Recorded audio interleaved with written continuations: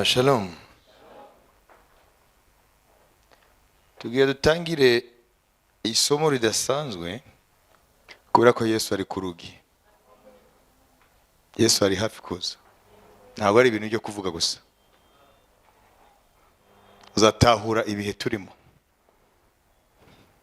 Uzatahura nuko ukwiye kubaho muri ibi. Shaka kubabwira gake ku byo tuziga. Tuziga isomo rifite umutwe uvuga amateka y'ingoro. L'histoire des temples. Amateka y'ingoro. Kuko niho uzageraho umenya ibihe turimo ibyo ari byo. Kugira ngo uve mu mikino yo gukizwa, umenye ko icyo Bibiliya yavuze cyose ni ngombwa gisohore. Uko Yesu hari ibyo yavuze kurunganwe ruzabona kugaruka kwe. Hari ibyo yavuze. Hari ibyo yavuze bizerekana kuri iyo generation, kuri urwo runganwe ko ari rwo rwavuzwe. Ibimenyetso byarwo ndetse n'ukuntu bakwiye kubaho abo muri icyo gihe, ibyo bakwiye kwirinda, ukuntu bakwiye kwitegura, kubera yuko hari bamwe bazaba barabaye mu matorero ariko ntibabone umwami, kuko bazaba barabaye mu buzima butandukanye n'ukuntu bakwiye kubaho muri icyo gihe. Tuzagenda tubidevelopa kuko ni ngombwa, kuko nizo nyigisho ubu abantu bakwiye kumva, kubera ko abantu basa naho bibagiwe ko Yesu azagaruka, kuko hari imbaraga z'umwijima zirwanya uko kuri. Umwanzi wacu ari Satani warabizi kurusha abakristo. Fata Bibiliya yawe, tusome Matayo 24:15. Ariko ubwo muzabona ikizira kirimbura cyahanuwe n'umuhanuzi Daniyeli gihagaze ahera, ubisoma byitondere. Amen. Nsubiramo. Ariko ubwo muzabona ikizira kirimbura cyahanuwe n'umuhanuzi Daniyeli gihagaze ahera, ubisoma byitondere. Amen.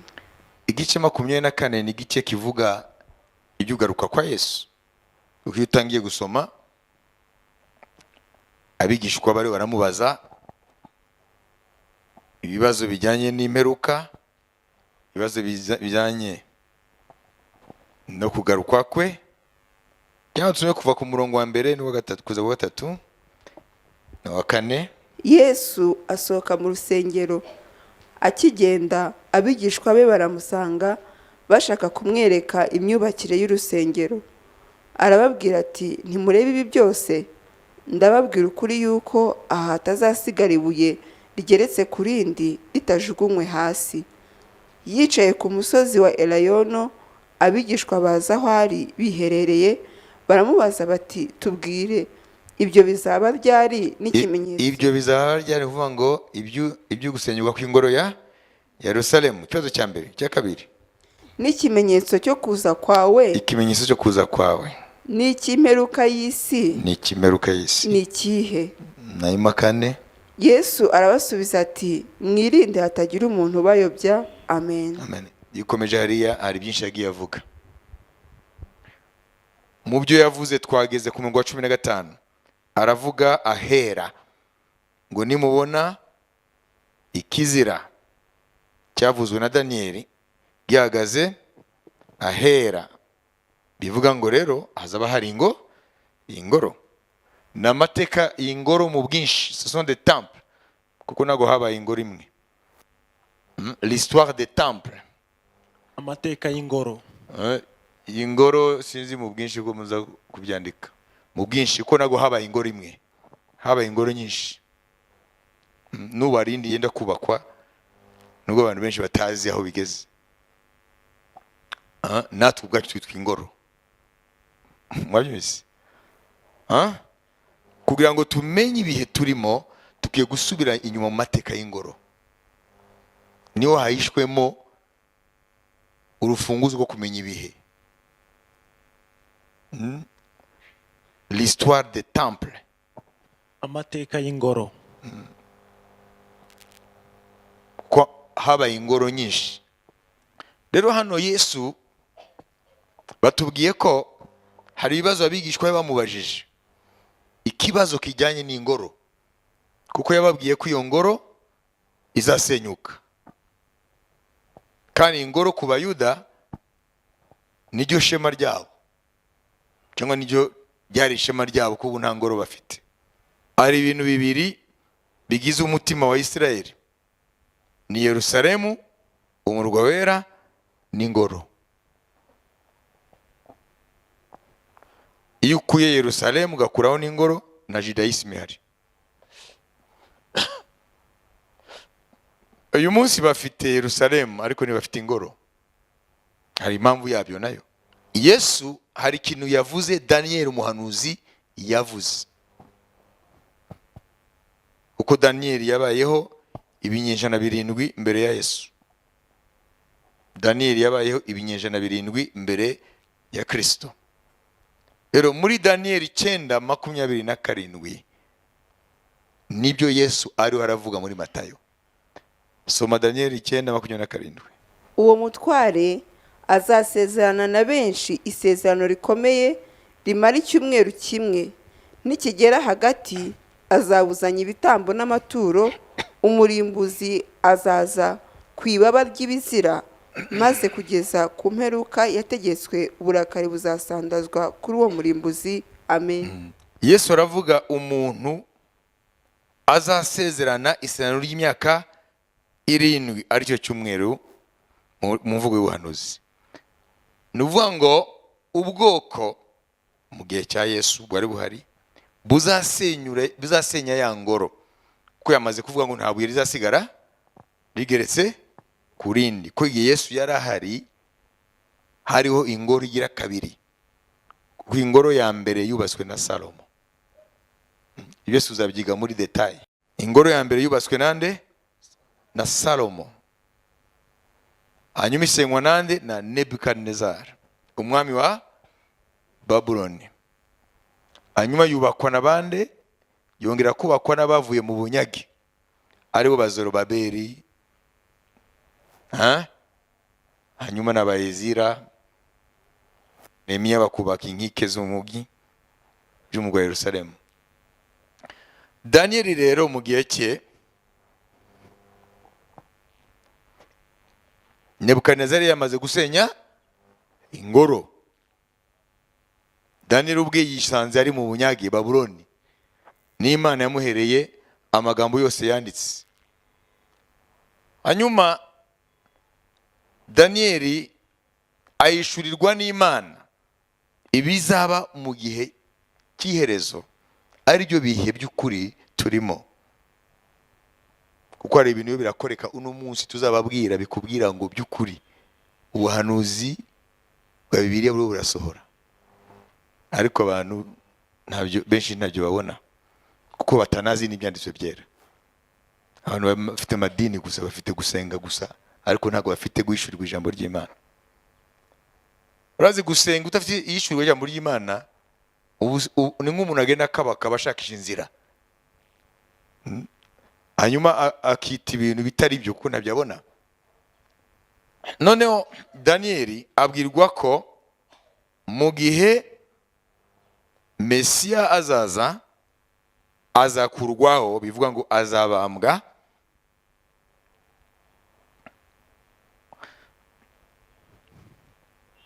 cyo ni cya mbere.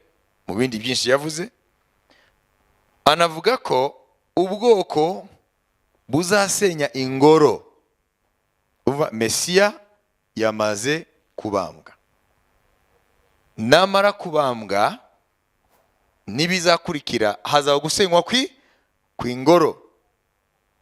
Mabyubise ingoro nimara gusenyuka,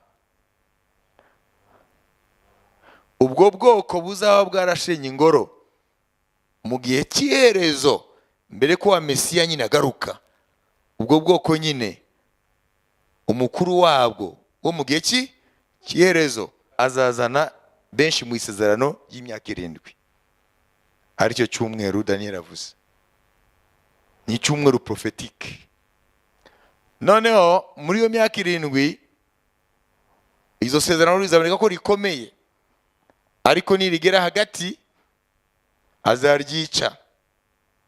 Abayuda ngo muri icyo gihe baza bafite ingoro, kubera ko ngo azakuraho ibitambo n'amaturo, kandi nta handi bitambwa ahari ingoro. Bivuga ngo abayuda baza bafite ingoro muri icyo gihe. None reka turebe mu mateka, ni ubuhe bwoko bwashenye iriya ngoro ya kabiri Yesu yasize? Ni Abaroma. Mwabyumvise? Yesu yavutse ku ngoma y'Abaroma. Yesu yagambaniwe n'abakuru b'idini ry'Abayuda, ariko bamutanga ku Baroma kuko ari bari bafite ubutware. Hanyuma uwitwa Pontius Pilato yarahagarariye Roma ari Yudeya, niwe yamucirira urubanza.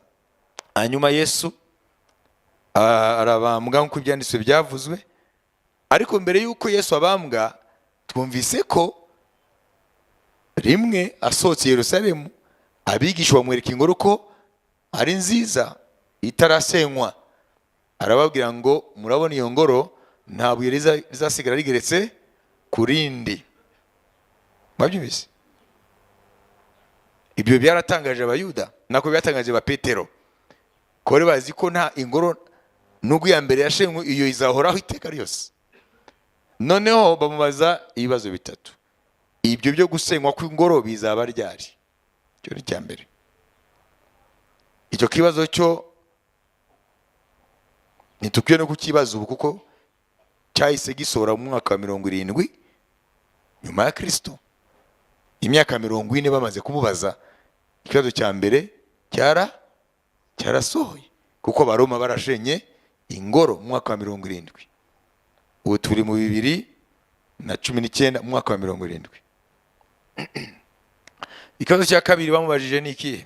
Kuza kwawe, ibimenyetso byo kugaruka kwawe. Ibyo nibyo tuzibandaho ubu. Benshi ntago babizi ko Yesu agira garuke, barakibaza ngo n'amagambo gusa yavuzwe. Uyu munsi ndaza kubaha gusa ibintu bike bituma mwitabiriza inyigisho, ndetse mukazikangurira n'abandi kuza kuzumva. Wanyumvise? Ibintu biriho abantu batazi benshi, kugira ngo ukanguke. Nimba wiga ariko mu mwuka ukanguke. Nimba ukora ariko mu mutima ukanguke. Aho uri hose ukanguke, kuko Yesu ashobora kuza mu gutazi. Imana yabwa icyubahiro. Iyo ni conviction yanjye, kandi conviction y'Umwuka Wera, ko Yesu iyi generation turimo birashoboka cyane ko ari twebwe tuzabona ugaruka kwa Yesu Kristo. Kugeza murabyumva? Ingoro ya mbere yubatswe nande? Na Salomo. Imyaka iri hafi 1000 imbere ya Kristo, kuko Dawidi yabaye mu myaka 1000 imbere ya Kristo, kandi Salomo n'umuhungu wa Dawidi. Mwanyumvise? Ubwo ingoro yubatswe na Salomo. Hanyuma ingoro imaze kubakwa na Salomo,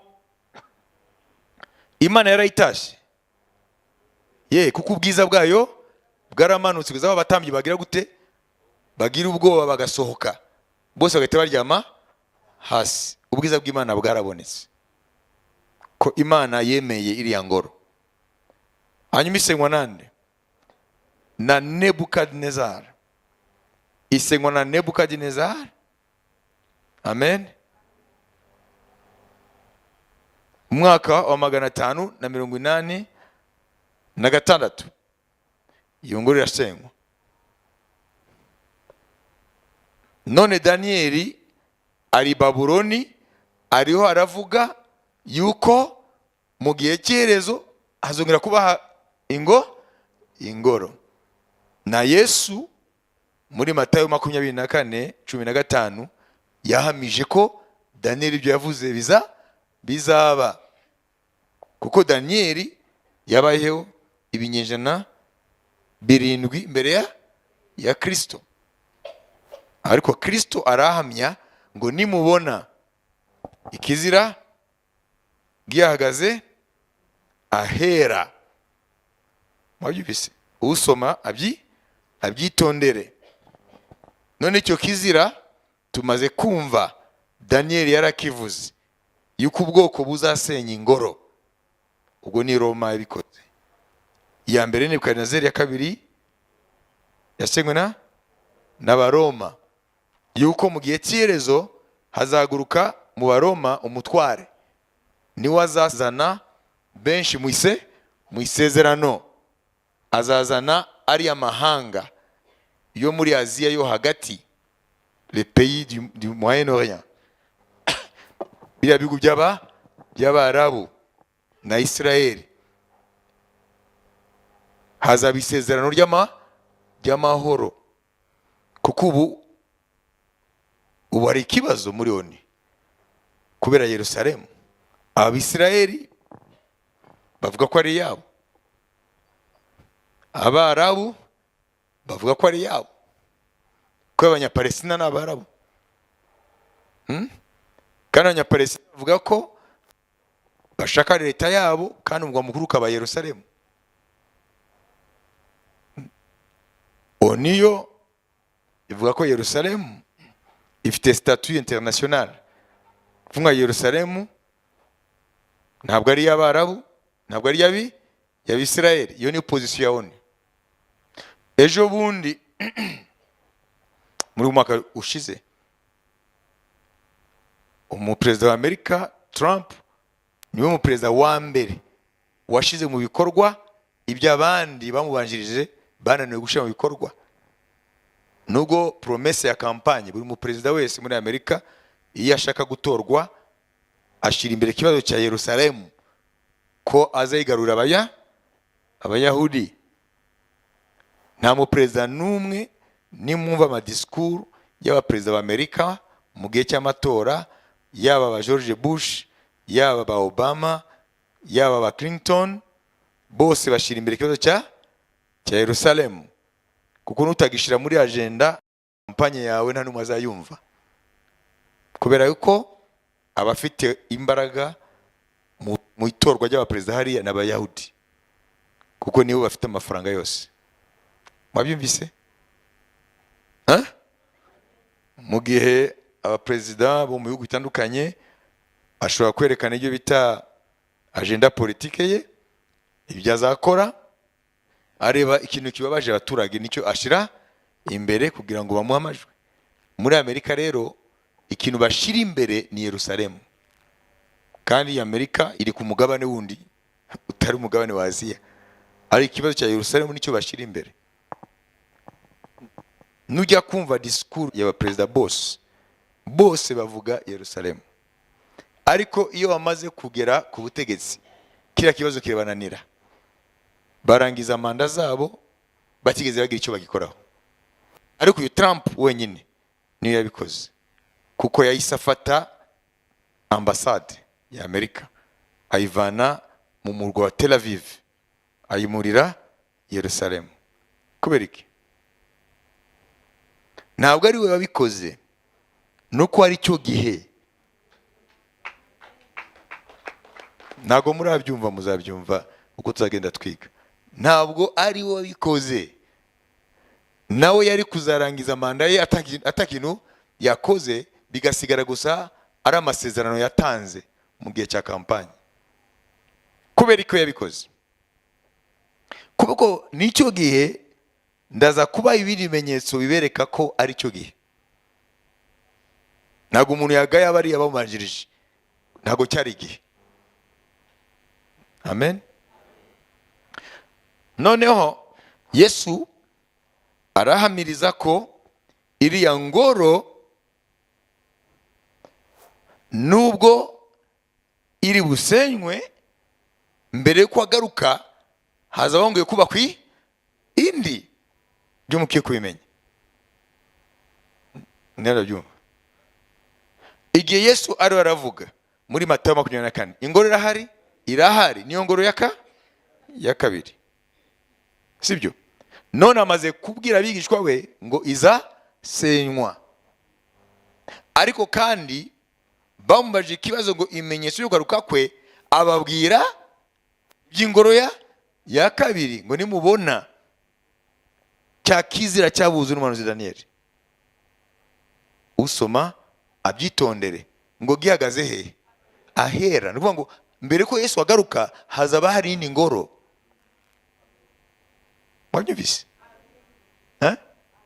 Natwe itorero rero uko muzabyumva, ubu ndiyo ndabaha gusa summary, ndiyo ndabaha resume. Rwose umwuka niwe yambase kubigisha ibi, ntabwo ari ibi gahunda yanjye, kuko ubwanjye ndabyizera.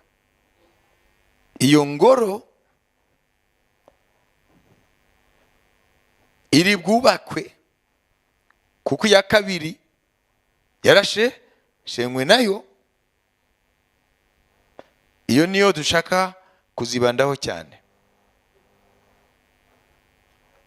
Daniel yavuze ko izubakwa mu zihe circumstance, izubakwa mu bihe bimeze gute. Hazabanza haba isezerano ry'amahoro. Maze mubyumve. Iriya ngoro ishaka kubakwa izubakwa kuko hazabanza haba isezerano ry'amahoro. Ese Abarabu bashobora kwemera yuko ingoro yubakwa hariya kandi hari umusigiti wabo, niho hantu hatagatifu hawo hakabiri uretse Maka? Hari umusigiti wubatswe mu kinyejana cya 7. Wanyumvise? Bazemera yuko hubakwa ingoro, kuko biravuga ngo Yesu azagaruka hari ingoro, kandi amategeko y'Imana avuga ko nta handi ingoro ikwiye kubakwa, nta arrangement yindi ikwiye kubakwa aho zira zose biriza zari ziri ku musozi Moriya. Kandi aho nyine niho hari umusigiti w'Abayisilamu. Abarabu bose bo ku isi bibonamo deuxième lieu saint ya Islam, ni umusigiti uri i Yerusalemu. Kuri uyu musozi Moriya hahoze ingoro ya Salomo, hahoze niyo ngoro ya kabiri. Icyambere rero tuzabidevelopa. Icyambere mugiye kwandika nuko mu bihe bishize bakoze ibyo bita fouille archéologique. Baracukuye hafi ya musigiti aho uri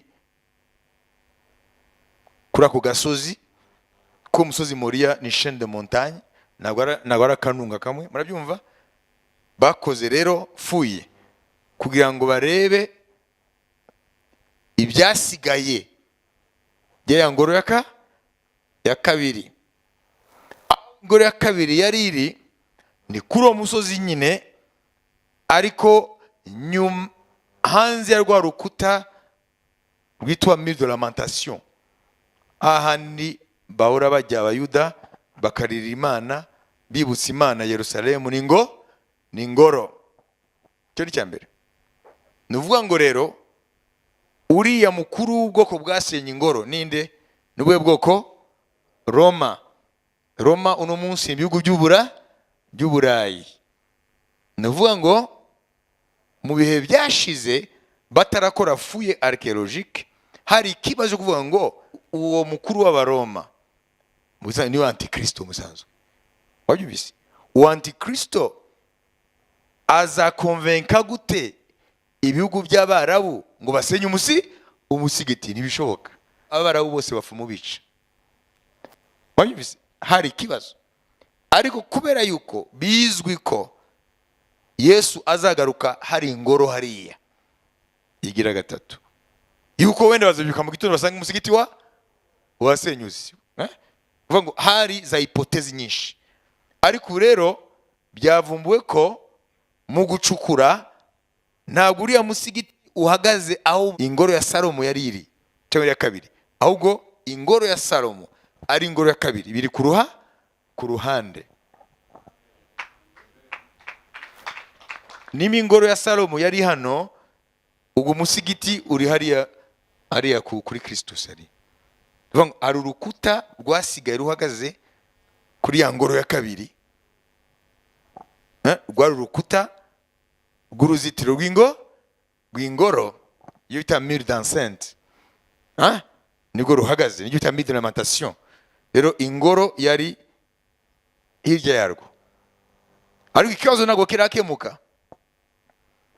Nuvuga ngo nibubaka iyo ngoro ya gatatu bizaba biri hafi na hafi. Nuko umusigiti wubatse ureba amajyaruguru, ureba amajyepfo, nord sud. Kuko abayisilamu ngo bakwiye gusenga bareba kibla, bareba aho Mecca iri. Ariko ingoro y'Imana yo mu mateko yayo wabyubise yubakwa uva iburasirazuba ureba iburengera zuba. Iyo mwabyumvise ntabwo byubakwa muri direction imwe, ariko murumva ko byose ni ku musozi Moriya. Rero Antikristo rero azazana abo bose barebwa n'icyo kibazo cy'uriya musozi. Uriya musozi witwa umusozi w'ingoro, le mont du temple, umusozi w'ingoro. Abarabu bakawita l'esplanade du mosquée, nawe kavuga ko ari umusozi umusigiti, kuko bavuga ko ariho Aburahamu yatambiye Imana. Twe tuzi ko Aburahamu yashize gutamba Isaka, Imana ikamuha. Aburahamu yubura amaso arareba, abona inyuma ye imfizi y'intama. Ni imfizi y'intama, apana kuvuga intama gusa, ubwo intama ishobora kuba brebis cyangwa iki. Imfizi y'intama, rebellier, mu mwanya wa Isaka. Amen. None kuri uwo musozi Moriya niho uriya musigiti wubatswe, na niho ingoro ikwiye kubakwa. Ariko intambwe imaze guterwa nuko umusigiti ntago wubatswe ahahoze ziriya ngoro ko ari ebyiri, ahubwo bubatse ku ruhande. Mwabyumvise? Uwo rero Antikristo rero ariwe mukuru ubwami bw'Abaroma, aribwo Burayi bw'ubu, igihe azazana abashamiranye kubw'ikibazo cya Yerusalemu n'uriya musozi w'ingoro.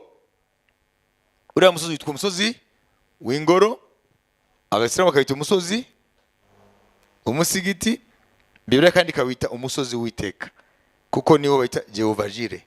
Ku musozi w'Uwiteka niho c'est le monde de Dieu. Uvuga ngo umusozi w'Uwiteka, umusozi w'ingoro.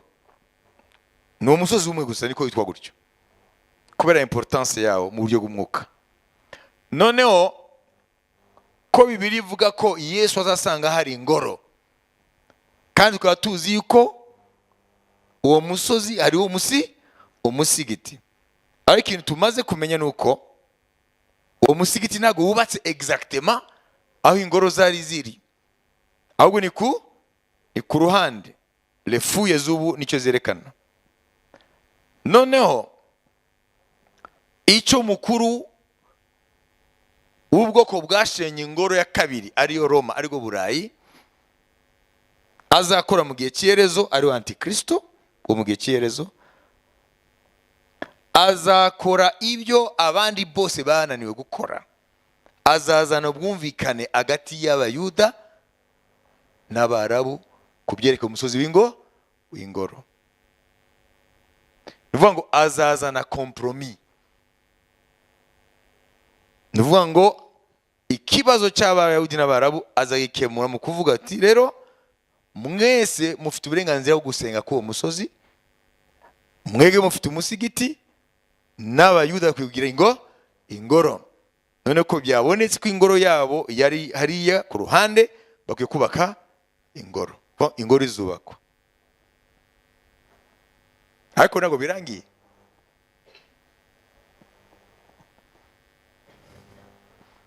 Ni ukuvuga ngo zaba ziri hafi. Ikikubwira yuko ingoro iri hafi kubakwa, icya mbere ni uko igihugu cy'igihanganye ku isi kimaze kwemeza ko Yerusalemu ari ya Isirayeli. Murabyumva? Yerusalemu ya kera, ubwo ni Amerika. Kwimura kapitale yabo bayivana Tel Aviv bayijyana Yerusalemu ni ikimenyetso politiki yuko bemera ko uriya murwa ni uwa Isirayeli. Ikindi cya kabiri kikubwira ko ibihe biri hafi, ukwiye kubimenya, nuko ba nyiri ubwite Abisirayeli bamaze gutegura buri kintu cyose ku byerekeye kubaka ingoro. Ibikoresho barabifite, asigaye gusa ko haba kondisiyo zo kubaka. Bivuga ngo asigaye kuba amasezerano atuma iyo ngoro yubakwa. Ibikoresho byose by'ingoro baramaze kubitegura. Mu mwaka w'igihumbi kimwe magana cyenda mirongo inani na karindwi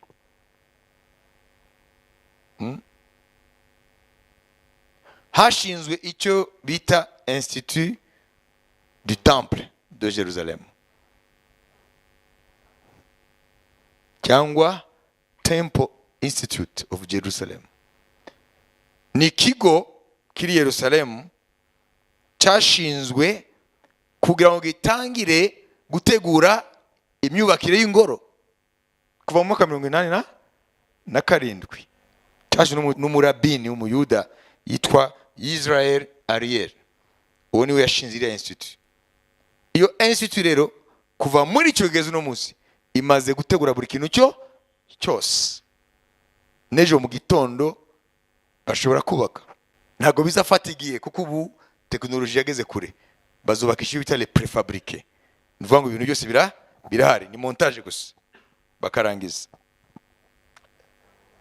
Igihe Donald Trump yagiye Yerusalemu baramweretse plan y'ingoro. Bamweretse plan y'ingoro.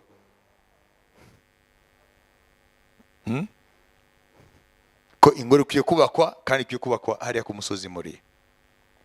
Iyo rero Institut du Temple aricyo kigo gishinzwe imyubakire y'ingoro cyaramaze gutegura byose. Cyateguye ameza yo guterekayo ya mitsima, cyateguye igiteko cy'amatabaza, cyateguye imyenda y'abatambi, cyateguye buri kintu cyose kuva mu mwaka wa mirongo inani na karindwi. Ariko ikibazo cyari gisigaye, ibyo tuzabyiga neza, niba mara kubaka ingoro kugira ngo itangire ikore, hari ikintu gikenewe kugira ngo kizane kweza ingoro n'ibikoresho by'ingoro n'abazakora umurimo babyeze shiki.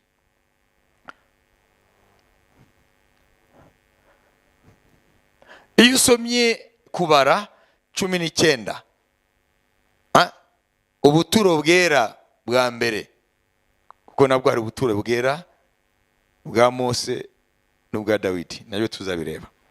Donc l'histoire des temples izatujyana no muri histoire des tabernacles. Imana ivuga ko hakwiye kuba hari inka itari yayo yose, ntabwo ushobora kuyibona ahantu hose. Wanyubise adusomera ari une vache rousse cyangwa une vache rouge. Uwiteka abwira Mose na Aroni ati ibi nibyo bitegekwa n'itegeko Uwiteka yategetse, ati bwira Abisirayeli bakuzanire iriza y'igaju idafite. Ariko iriza y'igaju twebwe hano dushaka kwibaza yuko ari, ariko ni rouge sang, rouge pur. Murayibona iyo tuzabyiga nabyo. Ariko reka tuyifate gutyo, ni inka y'umutuku. C'est une vache rousse, mu gifaransa rousse. red mwigeze muyibona? iriya itabonetse ingoro ntacyo yakora nubwo bayubaka.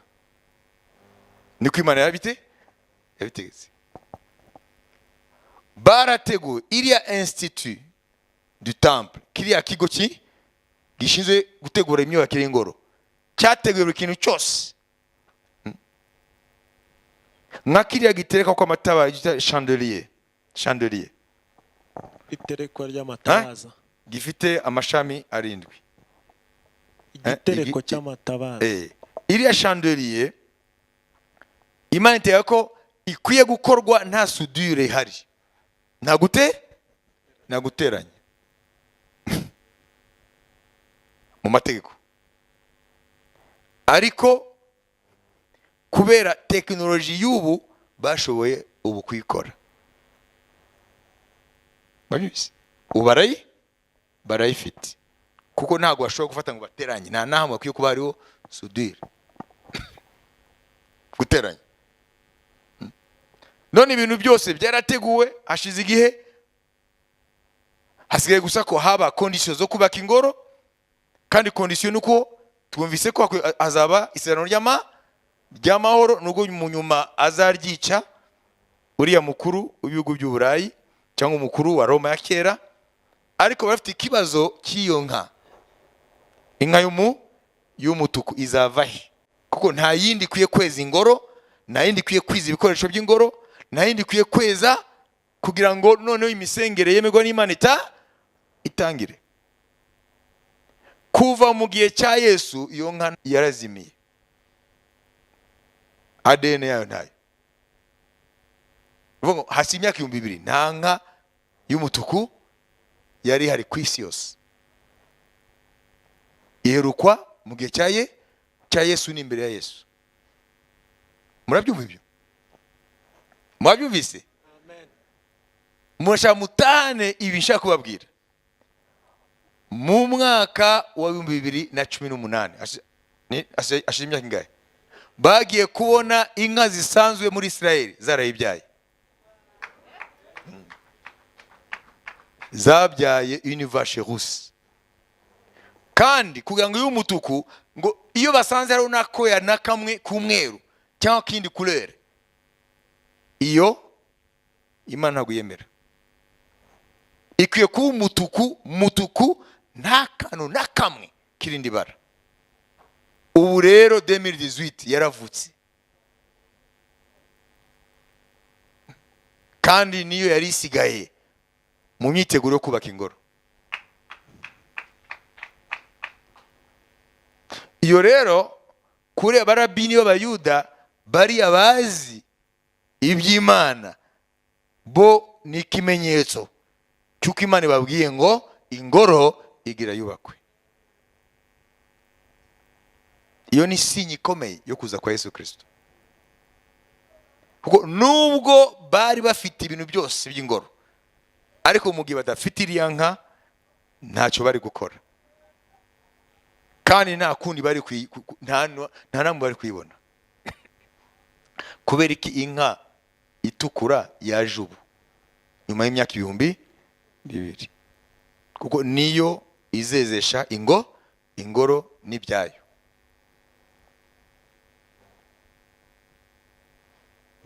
wenda ntago murumva ibyo nshaka kubabwira. nababwiye ko uyu munsi turatangira isomo rishya, kuko umwuka nicyo yampasi. abumva bazumve, ab'Imana bazumva kandi bizagira akamaro, bazitegura bazezwa. ariko abatari ab'Imana bizaba nk'imigani. wabyumvise? ngiye nkwiye kurangiza ibyo Imana yabwiye. niyo mpamvu uyu mutwe w'isomo dutangiye witwa l'histoire des temples, amateka y'ingoro, kugira ngo muzumve, kuko niho hahishwemo ibi bihe turimo, kugira ngo mubimenye ibyo ari byo. bimwe biri mu bintu twagiye twiga mu bimenyetso by'ibihe, ibindi ntabwo twabyize n'ibishasha. mumenye rero ingoro cyo kimwe n'ubuturo bwa mbere byezejwe n'iki? N'inka y'umutuku, bakayibaga, amaraso yayo umutambyi mukuru tuzabyiga uko byagenze, ikanatwikwa n'ivu ryaryo hari icyo barikoresheje n'ibindi. Ibyo tuzabyiga iby'iyo nka y'umutuku. Ubu noneho niho yabonetse.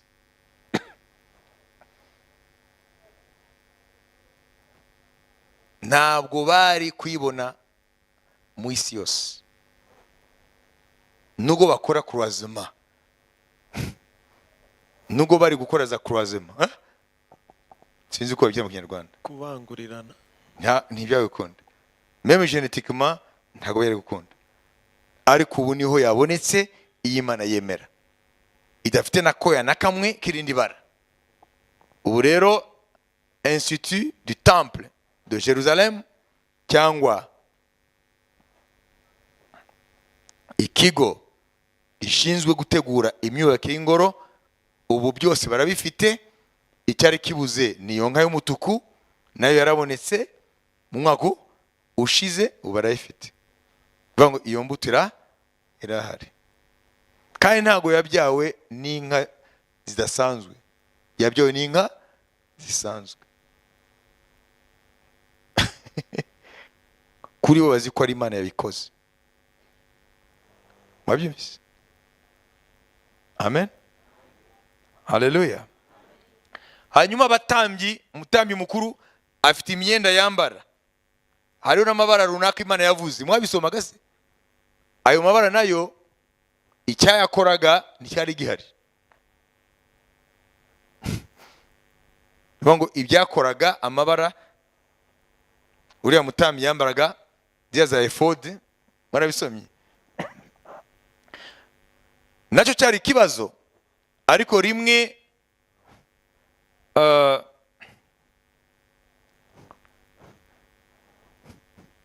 ya bindi bizana le coquille ku nyanja dia, iyo ugiye ku nyanja hari ibintu mubona ku musenyi, le coquille mu bita gute?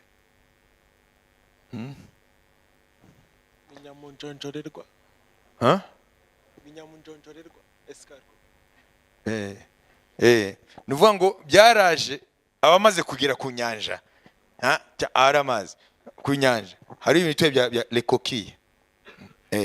Nuvuga ngo haraje byinshi byikubita ku ma les rochers zo ku les parois, ku nyanja, kuri ya bitare, hanyuma birapfa, noneho birekura substance. Iyo substance rero niyo yavuyemo y'amabara, nabyo ni Imana yabizanye. Ubu rero umwenda w'umutambyi mukuru ushobora kuboneka. Mumenye ko Abisirayeli, iyo nshaka kubabwira, bo bazaruka mu isano rya kera, kuko bo ntabwo bemera ko Yesu ari Mesiya. Bivuga ngo bo bazakora nk'uko bakoraga, batita ku bya Yesu. Kuri bo Mesiya azaza bamaze kubaka ingoro, bamaze no kuyezesha ya maraso bigize ya nka y'umutuku, niyo Mesiya azahita aza. Ariko ntabwo bazi ko ari Yesu, bazi ko ari Mesiya bategereje kuva kera. Niyo mpamvu bazongera birongera umutambyi mukuru mu buryo bwa Aroni, kandi twe tufite umutambyi mukuru mu buryo bwa Melkisedeki. Bazongera basubire mu maturo n'ibitambo nkuko babikoraga, kubera yuko niko Imana yabitegetse. Kuko Yesu naza niwe azabahumura, ariko mu gihe ataraza bazakura mu buhumyi bw'isezerano rya kera. Rero ikintu nshaka gushemangira niki, nimba ingoro ya gatatu iri hafi kubakwa, ibimenyetso bikaba bimaze kugaragaza. Vuga ngo fouille archéologique yagaragaje yuko ingoro ya Salomo n'iri ya kabiri yari mu nya ya Salomo imaze gusenywa, byubatswe ariko hafi yari ingoro ya Islam, ariko ku musozi umwe nyine, umusozi Moriya. Nukuvuga ngo iyo ngoro izaba ihari, n'uriya musigiti uzaba uhari, ariko byitwe ko ni ikimenyetso cy'amahoro. Mwabyumvise? Kandi umuntu azazana iryo sezerano ry'amahoro ni umukuru w'ubwoko bwashenye ingoro ya kabiri ariyo Roma, uvuga ngo ni umuntu azaturuka mu bihugu by'Uburayi. Mwabyumvise? Ibyari bikenewe ngo ingoro yubakwe byose baramaze kubitunganya. N'ibintu batari kubona uko aho babikura, Imana yarabizanye. Ya mabara mumvise ukuntu yaje. Amen. Hanyuma ya nka y'umutuku nayo izeza ingoro n'ibikoresho byayo n'abakozi bo mu ngoro, Imana yarayizanye muri ibihe byacu. Bivuga ngo ingoro iri hafi kubakwa. Ariko kubera iki itubakwa ubu?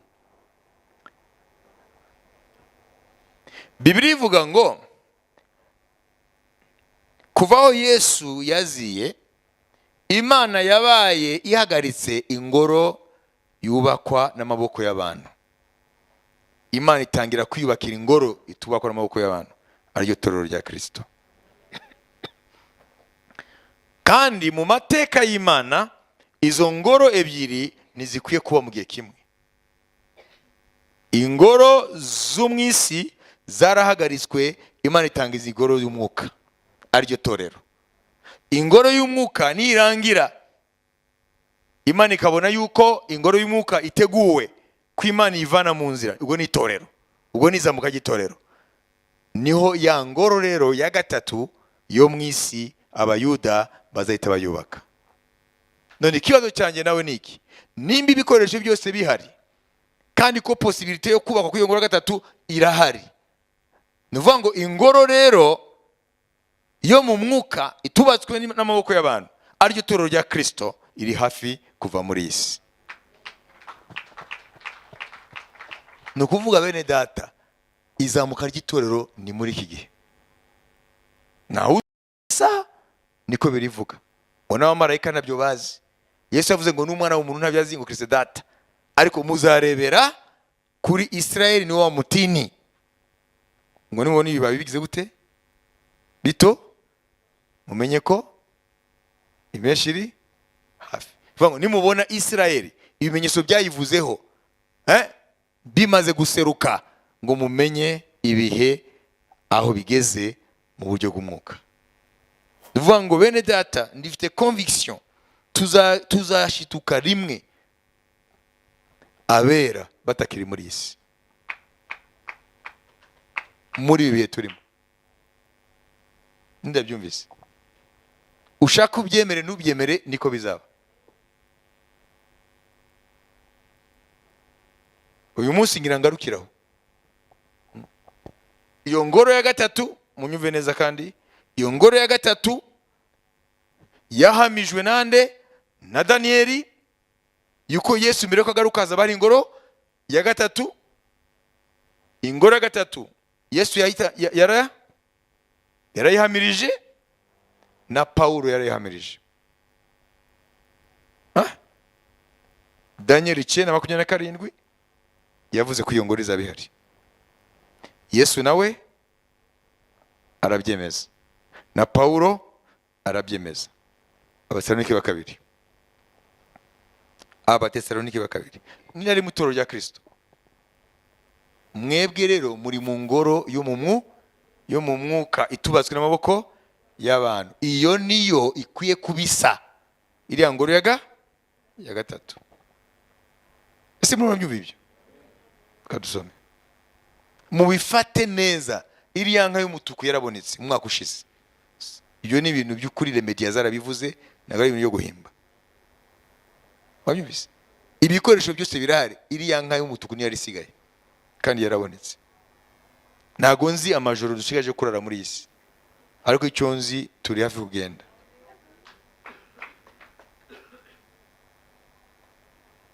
Kandi mumenye ibyo Yesu yavuze ngo muri icyo gihe ngo abantu bazaba batwawe n'umutwariko w'iby'ubuzima, bazaba bararwana ngo n'ubuzima, hanyuma kwitegura bizaba bifite bake, hanyuma abantu bazatungurwa.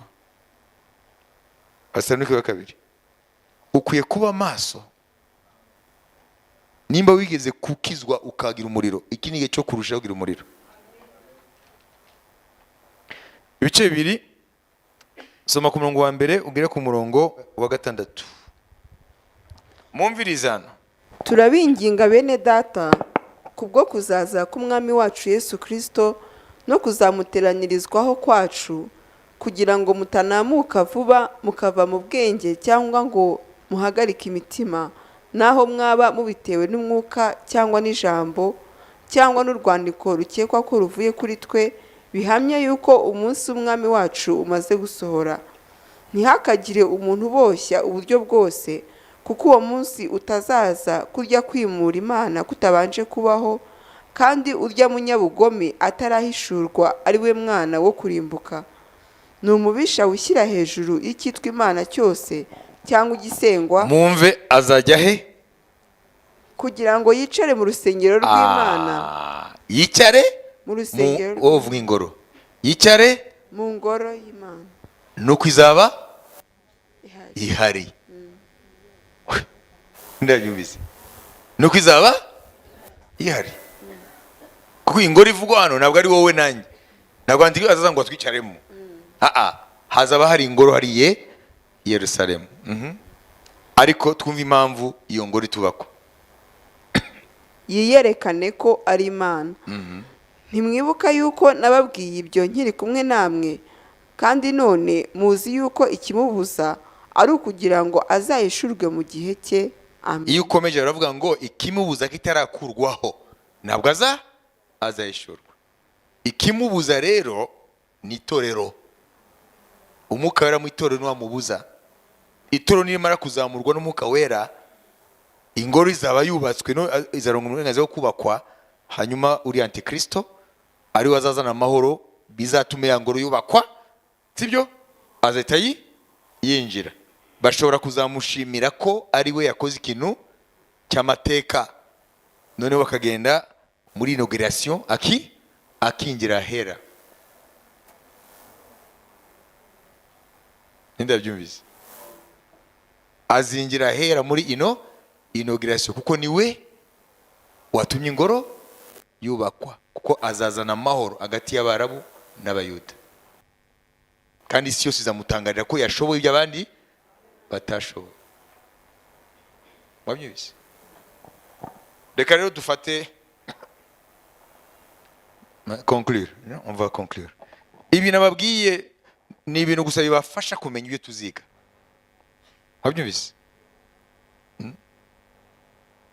Ibyo uzunguka bikurusha amafeza n'amazahabu yose, kuko n'ubundi bari hafi kubiterera amapusi n'imbeba. Niko Yesaya yavuze ngo bazajugunya amapusi n'imbeba. Ibi bintu ayo mafaranga, mapusi n'imbeba, wowe uri hano nk'ubu wumvise mukanya, tuvuge nk'ubu Imana iravuze, usigaye wenyine hano, ufite imodoka hariya wayiguze mu gitondo saa 4, wayijyamo? Urajyamo? Bariya bari muri gare ntabyo bazi, ariko urazi ibyo turavuga, uramenya ko twagiye, uzahita uba umusazi. Wabyumvise? Ngo bazajugunya baterera amapusi n'ibiki. Wabyumvise? Les chauves-souris. C'est quoi les chauves-souris? Uducurama. Ngo bazajugunya ucurama bazungura pyo. Ate ko ibi ni byatumye tutitegura. Bantu bazata bon sens baziruka. Abambere baziruka n'abakristo basigaye, kuko abapagani bazo bari mushuguri batazi ibyo ari byo. Dieu mfite conviction, Imana ime conviction yuko turi muri generation izabona Yesu agaruka. Nubwo tutazi umunsi nisa. Reka turebe undi wa gatatu Imana yamuhaye gihamya kw'ingoro ya gatatu izubakwa. Yohana mu byahishwe Yohana 11. Tuzingira imuhengeri muri zinyigisho, ariko kwa kubabwira ko mudakwiye na gato. Amen. Ni igihe cyo gucunguza uburyo umwete, ni igihe cyo kwita cyane mu by'umwuka kurusha n'ibindi. Ibyo ukora byose ubikore, ariko mu mwuka ube maso. Niba uri umunyeshuri wige, ariko mu mwuka ube maso. Nimba uri umukozi ukore, ariko mu mwuka ube maso. Kuko Yesu ntabwo yavuze ngo muzareke ibintu mwicare gusa. Yaravuze ngo nzaza abantu barya banywa bashingira bagira gute, bashingirwa bagira gute, bahaha bagurisha, sibyo? Bazaba bari mu buzima busanzwe, nta kintu nakimiza bati yerewe turabona ibintu birahindutse, umwami ashobora kuza none, ibintu bizaba biri normal. Hanyuma mu kanya gato itorero rigende, amaboko yashire ku mutwe. Abo ni bande? N'abakristo batigeze baba maso, bafata impu zombi. Ijambo ry'Imana barifashe nk'igikinisho, bari mu matorero nk'abaturisiti, basuzugura ibyanditswe byera. Ça c'est la vérité. Uko ni ukuri. Jewe iriya nka y'umutuku ni ikimenyetso gikomeye, nk'uko bariya barabini b'abayuda n'abariya bari muri judaisme bose bo bari tayari kurusha twebwe. Bo bari tayari kumenya ko Mesiya wabo ari hafi, kuko ingoro yabo iri hafi kubakwa. Gusa ntibazi ikintu kitindije. Wumva? Ariko twebwe dufite yishurirwa, bo badafite. Iriya ngoro tuzayisikanya, twe tuzabanza kugenda hanyuma ibone kubakwa. Nitwebwe tuhagaritse biriya byose, kuko nizishobora gukora zombi mu gihe kimwe. Ingoro yo mu mwuka ariyo torero nishobora kubangikanywa n'ingoro Yerusalemu. Niyo mpamvu habaye gusenyuka ya kabiri, ngo Imana itangize ingoro yo mu mwuka. Hanyuma nirangiza kuza muri torero ariyo ngoro yo mu mwuka, noneho abayuda bazubaka ingoro ya gatatu. Reka dusome Yohana nawe arayihamiriza, umurongo wa mbere kugeza ku murongo wa kabiri. Umviriza hano nawe. bampa urubingo rusa n'inkoni, bati haguruka ugere urusengero rw'Imana n'igicaniro n'abasengeramo, ariko urugo rw'urusengero urureke nturugere, kuko rwahawe abanyamahanga, kandi umudugudu wera bazamara amezi 42 basirbango bawukana. Amen. Mwabyumvise? Munkurikire. Yohana yahawe ibyo yanditse mu mwaka wa 95 nyuma ya Kristo.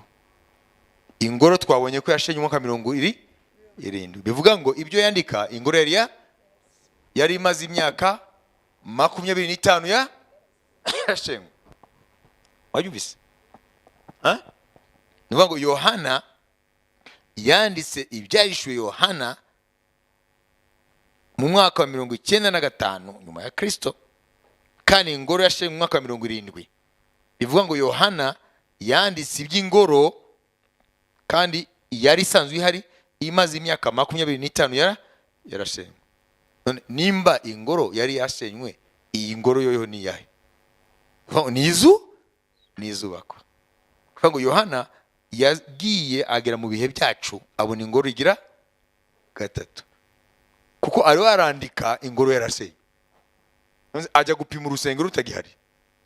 Bivuga ngo yapimye urusengero mu mwuka ruzubakwa mbere ko Yesu agaruka, kandi yabwiwe ko Yerusalemu izongera iterwe n'amahanga, kandi iriya ngoro ya gatatu izongera isenywe. Tuzabireba.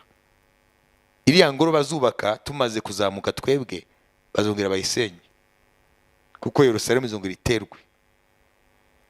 Nubwo Amerika yayemeye ko Yerusalemu ya kera ari y'Abayuda, izongera iterwe n'abanyamahanga, n'ingoro izasenyuka. Ariko ntabwo ari abanyamahanga bazasenya ingoro, bazatera Yerusalemu, ariko Yesu azagaruka. Tuzabireba. Hanyuma nahagarika ibirenge bye aho yabihagaritse asezera abigishwa be, hazataba umutingito, iriya ngoro isenyuka, kuko ni hafi yaho. Iriya ngoro ya gatatu ntabwo ari Abaroma bazayisenya, Nebukadinezari azazuka ngo ayisenye. Izasenywa n'imbaraga y'umutingito uzaterwa n'ibirenge by'umwami byongeye guhagarara ku musozi wa Elayono, aho yabihagaritse asezera isi. Amuka.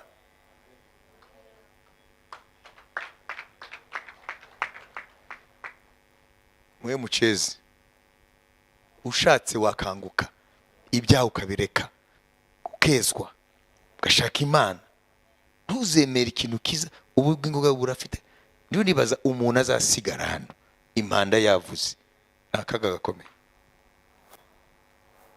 Ntabwo ari inyigisho zo kubaterwa, ni inyigisho Imana yavuze ati bakwiye kubimenya. Wabyumvise? Kugira ngo twumve ko mwabyumvise, Daniel yavuze ingoro yakata. Yesu muri Matayo 24:15 arayihamiriza, nimubona ikizira gihagaze ahera, usoma abyitondere. Paulo nawe arabihamiriza yuko Antikristo azinjira mu ngoro yerekana ngo ni Imana. Aho twamaze kumenya ni gute azayinjiramo, izaba yarubatswe kubw'umurimo we wo kugarura amahoro binyuze mu isezerano ry'imyaka 7. Azagera isezerano zatuma abayuda n'abarabu bemera kuba gusengera ku musozi umwe, ariko bose bafitiye insengero zabo. Kubera ko ubu twamenye ko si ngombwa ko umusigiti uzasengwa, kuko hari Keruja asanze ko ingoro ya Salomo yari yubatswe ku ruhande. Hagati y'umusigiti n'ingoro ya Salomo hari urukuta rwa rundi bita mur de lamentation. Ruriya ruzaba urugabangano, bamwe baza basengera hano abandi hano. Ayibise twabonye ko amarangi amabara yo gukora imyenda y'umutambyi mukuru yarabonetse. Ikindi gikomeye cyabonetse ni inka y'umutuku ivugwa mu kubara 19. Iri tabonetse nta ngoro, none yarabonetse mu mwaka ushize. Ninde yari amaze kuvuka mu mwaka ushize? Ninde yari amaze kuvuka mu mwaka ushize?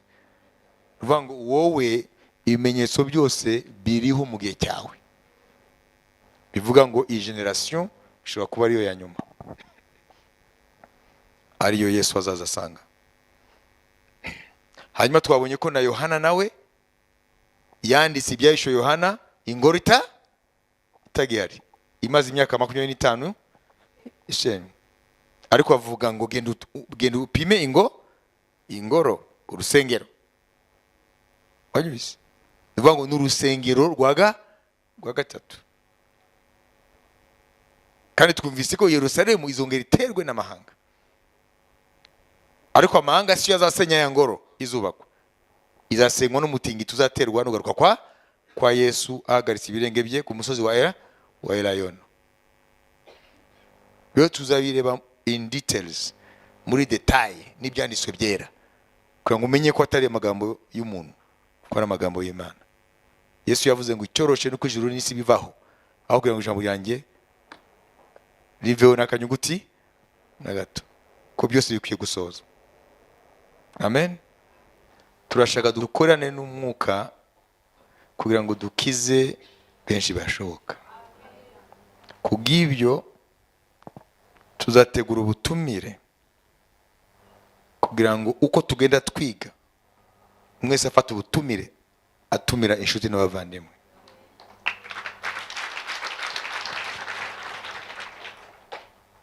Kwiza inyigisho ntabwo ari za Beteli gusa, n'izikiremwa muntu cyose.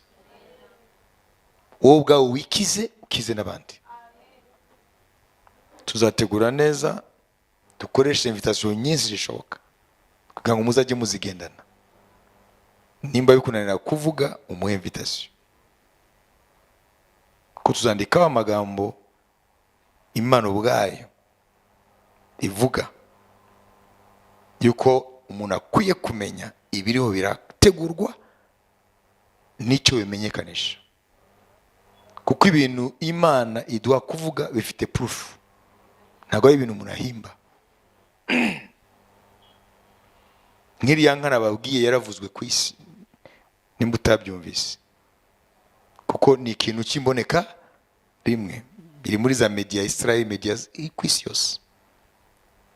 Byerekeye amarangi nababwiye, byose ni ibintu bifite za proof.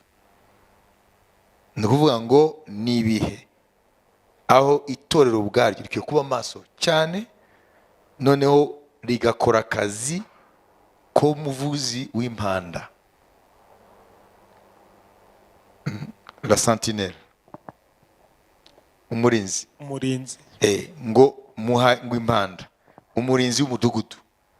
Imana yavuze ngo umurinzi w'umudugudu ngo nabona abanzi baje ngo ntavuze impanda, ngo aho umudugudu abanzi bazabagwaho gitumo babice, ngo ariko amaraso yabo nzayabaza wa murinzi, ko yari afite impanda ntiyayivuza.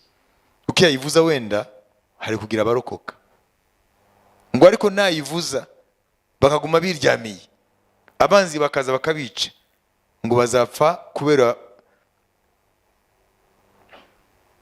negligence yabo, ariko wowe wa murinzi uza wakoze akazi kwawe. Igihe rero ndi umurinzi n'impanda, nintayivuza Imana izambaza amaraso y'abanyabyaha bazapfa, nawe mu itorero bazasigara. Ariko ninyivuza hanyuma nibikize, Imana ntakizambaza. Nawe rero ni ku kazi ugiye gukora, nawe ufite impanda, kuko ufite ubuntu bwo kumenya ibyo bihe. Akazi kawe nta guterura abantu ku ngufu, wowe uzafate batumire kugira ngo harokoke benshi bashoboka. Ntawe ari ikibazo cy'amadini n'ibiki, ni ikibazo cy'ibintu byenda kubaho Imana yavuze. Amen.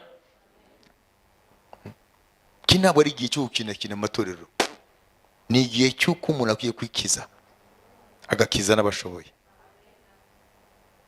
Wanyumvise? Ibi bintu byose biri mu matorero, intambara z'amatorero, ibyo ni mubi agaciro. Wemenya gusa ngo iryavuzwe riratashe, umwami Yesu ari ku rugi, kuko les preuves sont tangibles, ziragaragara. Nimba abantu bazakora ibintu nyuma yiza mu kagitorero bo bari tayari, twebwe se ari twe bategereje, tugejeje kuba tayari. Cyo kibazo. Iyi niyo teme izigishwa kwa gatatu, kwa gatanu, ku cyumweru, kugeza aho Imana ivuga ngo ibyo nshaka ko bamenya nibi.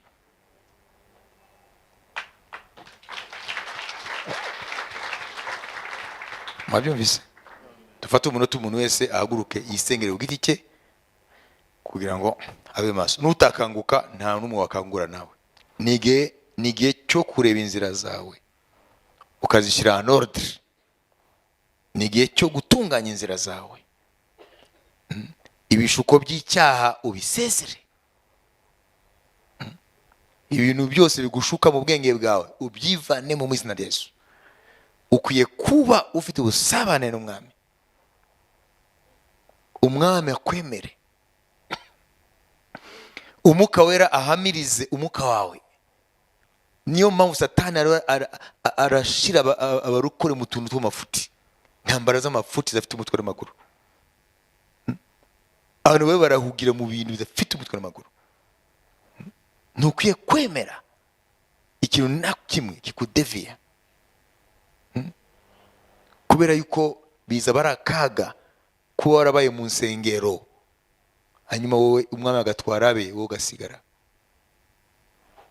Nababwiye ngo akaga ka mbere kazaba kuba Kristo bazasigara, kuko bazaba bazi ibyabaye, bazaba banamenye n'ibyenda kuba noneho.